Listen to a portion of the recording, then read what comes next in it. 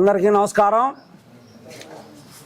అంబటి రాంబాబు, నేనేమంటానంటే ఆయన్ని ఆంబోతు రాంబాబు, సంజనా సుకన్య రాంబాబు, తలకాయ మోసం రాంబాబు, బూతులు తిట్టే రాంబాబు, జగన్కి శంచాగిరి చేసే రాంబాబు.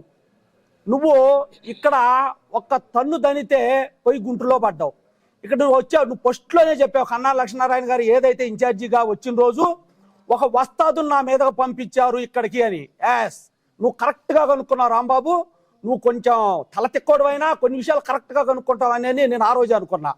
ఎందుకంటే వస్తాదుని ఎందుకు పంపించారంటే ఒక ఆంబోతు ఊరు మీద పడి కట్టేసిన ఆవుని, సూడావిని, ఈనినావుని, దూడావిని, పాడావుని అన్ని ఆవుల్ని ఆగం చేస్తుంటే ఈ ఆంబోతుని ఎలా కంట్రోల్ చేయాలి అని చంద్రబాబు నాయుడు గారు గ్రహించి ఈ వస్తాదు అనే కన్నా లక్ష్మీనారాయణ గారిని ఇక్కడ పంపిస్తే ఆ వస్తాదు కన్నా లక్ష్మీనారాయణ గారు ఈ ఆంబోతుని మొగదాడేసి కట్టేసి ఓడిచ్చి గుంటూరు తరివేశాడు. ఇక్కడ ఉన్న పరిస్థితి అంతా క్లియర్ చేశాడు. నీకు సిగ్గు లేదు. నువ్వు మళ్ళీ కానీ ఇక్కడికి వస్తావు. నిన్న అసలుకి ఇక్కడ వైసీపీ ఇన్ఛార్జిగా ఉన్నటువంటి ఆయన ఎవరో సుధీర్ భార్గవ రెడ్డి ఎవరో నాకు బాగా తెలియదు. ఆయన ఏ కార్యక్రమానికి నిన్ను పిలవడు, నీతో పలకరేడు. కానీ నువ్వు దింగునని వస్తావు. ఎవడా నిన్ను పిలిచింది ఇక్కడికి? నీ వైసీపీ వాళ్ళు పిలిచారని నువ్వు దేనికి వచ్చావు? నువ్వు వచ్చా నిన్ను పోలీసులు నోటీసు ఇచ్చారు. ఆ నోటీసు సమాధానం చెప్పుకొని పో. అది వదిలేసి నువ్వు ఇక్కడ ఈ స్థానికంగా ఉన్నటువంటి మా ఎమ్మెల్యే గారి మీద, మా నాయకుల మీద మాట్లాడుతున్నావు.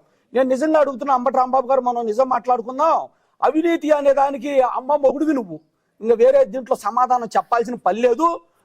నీకు కావాల్సింది కన్నా లక్ష్మీనారాయణ గారు ప్రజాసేవ చేస్తాడు, నువ్వు కాంత సేవ చేస్తావు. నువ్వు చేసే సేవ వేరు.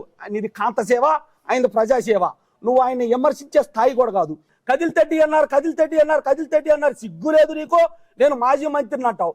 ఏందా నువ్వు మాజీ మంత్రివి? కదిలితెడ్డి అన్నారు, అవినీతి చేశాడు. నీకు అసలు సబ్జెక్టు తెలుసా? ఇక్కడ నీకు కావాలని ఏదో నువ్వు మాట్లాడాతా తప్పితే సిగ్గుండాలి అంబటి రాంబాబు. పై నుంచి కింద దాకా మొత్తం తెల్లంగా బొచ్చు నడిచింది. నువ్వు మాట్లాడేది ఏంది? అవినీతి గురించి మాట్లాడటానికి నేను ఇందాకలే చెప్పాను, నీకు అర్హత లేదు. నువ్వు రా, బహిరంగ సభలకు రా. అసలు ఎవడా నువ్వు వచ్చిన పని చూసుకొని నువ్వు పోవాలి. ఇక్కడ ఏదైతే మా నాయకుల గురించి మాట్లాడే అర్హత నీకు లేదు. ఇంకోసారి మాట్లాడితే నీకు బుద్ధి చెప్పటం కరెక్ట్గా ఈ సత్తెనపల్లి నుంచి బయటకు పోవు. నిన్ను ఇక్కడ ఓడిచ్చారు, నిన్ను అక్కడ పంపించారు. ఇప్పటికైనా అంబటి రాంబాబు, నువ్వు మా నాయకుల గురించి మాట్లాడితే మర్యాదగా ఉండదు. నీకు తగిన శాస్తి చేస్తామని చెప్పి తెలియజేస్తున్నాను.